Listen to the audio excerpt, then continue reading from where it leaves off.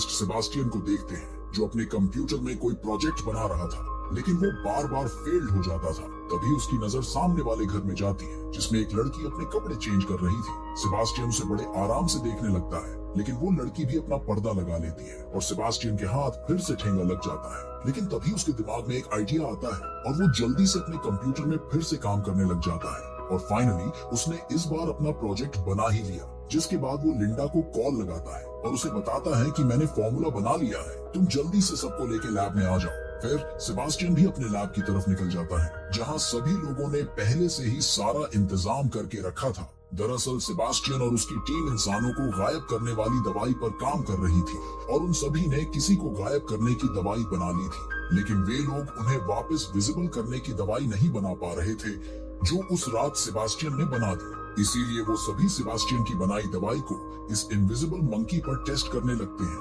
लेकिन मंकी को इंजेक्शन लगाते ही उसकी हार्ट बीट बहुत तेज होने लगती है और उसे हार्ट अटैक्स आने लगते हैं। फिर लिंडा जल्दी से उसे शॉक देने लगती है जिससे वापस उसकी हार्ट बीट नॉर्मल होने लगती है और फाइनली वो मंकी पूरी तरह से विजिबल हो जाता है और सेबास्टियन का एक्सपेरिमेंट सक्सेसफुल रहता है। फिर वो सभी जीत की खुशी में एक जोरदार पार्टी करते हैं जहां हम सेबास्टियन और लिंडा को देखते हैं।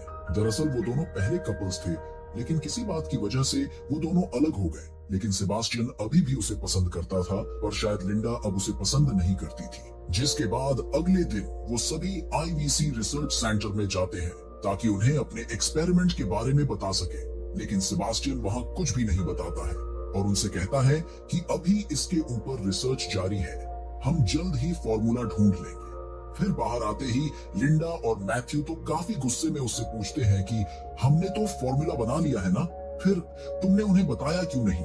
जिस पर सेबास्टियन उन्हें समझाता है कि अगर मैंने उन्हें इसके बारे में बता दिया तो वो हमसे फॉर्मूला लेके हमारी छुट्टी कर देंगे और खुद सारा क्रेडिट खा जाएंगे, इसीलिए मैं इसे खुद अपने ऊपर एक्सपेरिमेंट करके सबको बताऊंगा। जिसके बाद वो तीनों वापस अपने लैब में आ जाते हैं और बाकी डॉक्टर्स से झूठ बोलते हैं कि हमें इसे इंसानों पर यूज करने की परमिशन मिल गई है, लेकिन वो सभी अभी भी इसके खिलाफ थे। पर सेबास्टियन इसे खुद अपने ऊपर टेस्ट कर रहा था, इसीलिए वो सभी मान जाते हैं।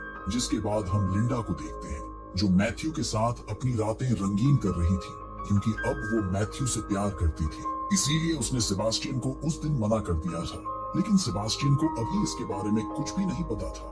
खैर, जिसके बाद हम अगले दिन देखते हैं अब सेबास्टियन अपना फॉर्मूला अपने ऊपर ही टेस्ट करने जा रहा था। फिर सभी लोग फार्मूले को रेडी कर लेते हैं और सेबास्टियन खुद ही उस इंजेक्शन को अपने अंदर लगा देता है, जिसके तुरंत बाद ही उसकी पूरी बॉडी में बहुत दर्द होने लगता है और धीरे धीरे उसकी खाल गायब होने लगती है और थोड़ी देर बाद ही सेबास्टियन पूरी तरह से गायब हो जाता है और फाइनली उसका फॉर्मूला इंसानों पर भी सक्सेसफुल रहता है।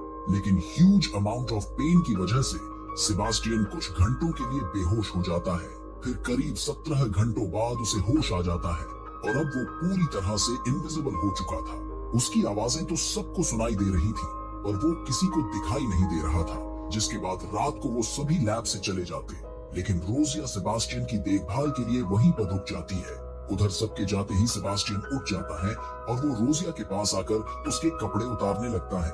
तभी रोजिया उठ जाती है और उसे लगता है कि ये हरकत जरूर सेबास्टियन ने ही की है, पर जब वो देखती है तो सेबास्टियन तो आराम से सो रहा था। जिसके बाद अगले दिन वो लिंडा और मैथ्यू को इसके बारे में बताती है, पर उन्हें इस पर बिल्कुल भी यकीन नहीं होता। फिर ईएनए वॉशरूम के लिए जाती है, पर उसे भी ऐसा लगता है कि शायद यहाँ उसके अलावा और कोई भी है, इसीलिए वो नाइट विजन ग्लास लगा के इधर उधर देखने लगती है, लेकिन उसे वहाँ पर कोई नहीं दिखता। जिसके बाद वो सभी आपस में बातें करने लगते हैं कि गायब होके कोई आदमी क्या कुछ नहीं कर सकता। अब तो मुझे बाथरूम जाने में भी डर लगने लगा है और उन्हें लगता है कि शायद सेबास्टियन के मन में बुरे ख्यालात हैं। फिर वो सभी वहाँ से चले जाते हैं, लेकिन साला हरामी सेबास्टियन वहीं बैठकर ये सब सुन रहा था। जिसके बाद हम लिंडा को देखते हैं, वो लैब में अकेले अपने किसी प्रोजेक्ट पर काम कर रही थी।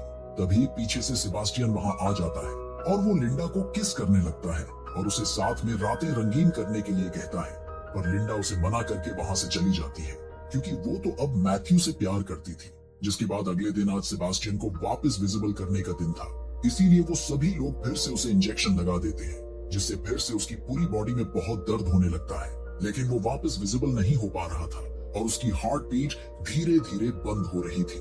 और थोड़ी देर बाद वो फिर से गायब हो जाता है। यानी इसका मतलब ये है कि उनका एक्सपेरिमेंट फेल हो गया है और अब सेबास्टियन इनविजिबल ही रहेगा। जिसके बाद वो सभी एक ग्लू पेस्ट बना के उसे सेबास्टियन के ऊपर लगा देते हैं ताकि इसकी वजह से वो सबको दिखाई दे सके। जिसके बाद वो सभी वापस न्यू फॉर्मूला बनाने में लग जाते हैं, लेकिन हर बार वो फेल हो जाते थे। उधर इस हालत में सेबास्टियन को पूरे 10 दिन हो चुके थे और अब वो इससे बहुत परेशान हो चुका था, क्योंकि इस हालत में वो ना ही कहीं बाहर जा सकता था और ना ही लैब में कहीं घूम सकता था, क्योंकि उसने ये सब बिना परमिशन के किया था। अब एक दिन उसका दिमाग बहुत ज्यादा खराब हो जाता है, इसीलिए वो सबके वहां से जाने के बाद मार्टिन से कहता है कि मैं थोड़ी देर के लिए बाहर जा रहा हूँ, पर मार्टिन उसे बाहर जाने से मना करता है।